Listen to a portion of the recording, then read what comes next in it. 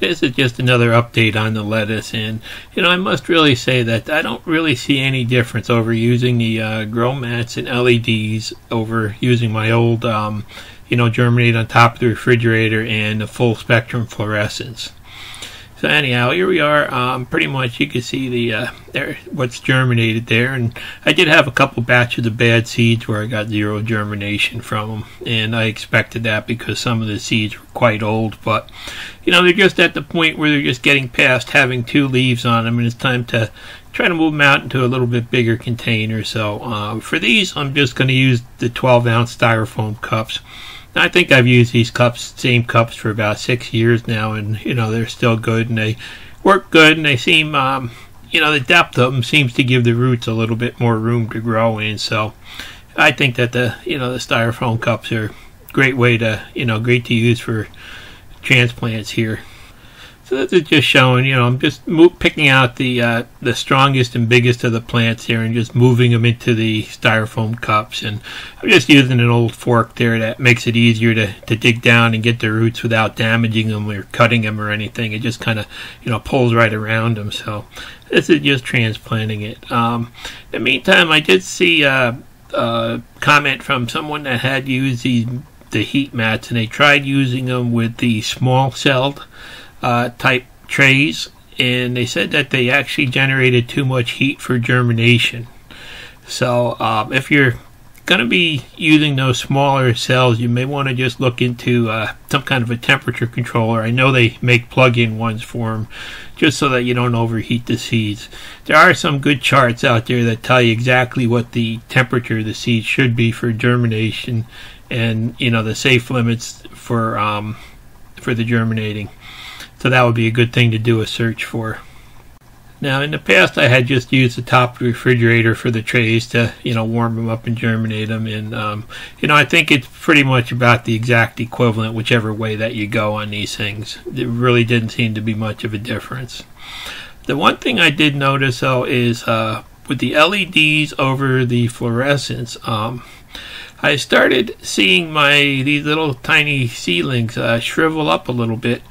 And when I checked, I had the LEDs a little bit too close to them. You could feel the soil was extremely warm just from the heat radiating off of the LEDs. So for some reason, they seem to radiate more heat off of them directional than the fluorescents did.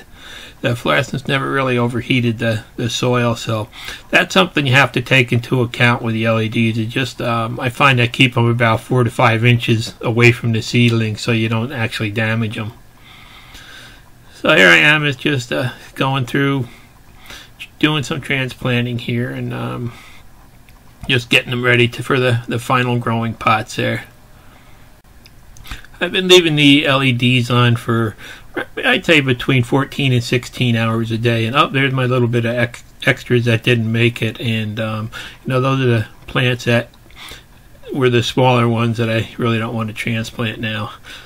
So now I had a couple things of basil that I started for my wife. And, this stuff just smells so good. Even as small as it is there, you can just, the aroma is just amazing.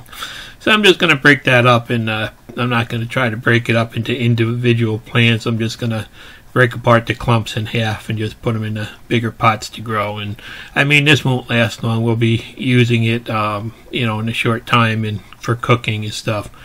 But sure is a nice aroma to have in the house. It's amazing. And in another 6 weeks or so, I'll be starting the peppers and tomatoes, and I'll actually have the LEDs and fluorescents running side by side. So we're really to, get to see an exact comparison of the difference on them. But for now, I'm going to say that I think that the amount of growth is equivalent no matter which way that you go, as long as you have the right spectrum bulbs in the fluorescent. So there it is. It just basically took a couple of minutes to get everything transplanted over, and I put them in these little plastic bins I got to just carry them around. And then I have the extras there I put in a couple bins, and then I have lunch here. No, I'm just kidding, just some snacks.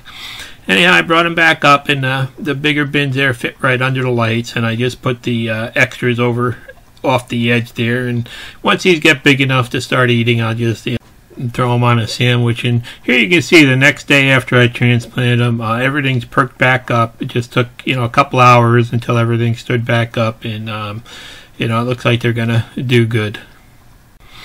And here's basically what I was talking about, the heat with these things. This is just a little infrared thermometer here. If you hold it back a ways from the LED bulbs and you point them at it. So they're running about 104, 105 degrees for the most part, right near the bulb. So, that does have a tendency to get everything a little bit hot if you're too close to it. I'll do a follow-up when they're big enough to eat. Thanks for watching. Please subscribe.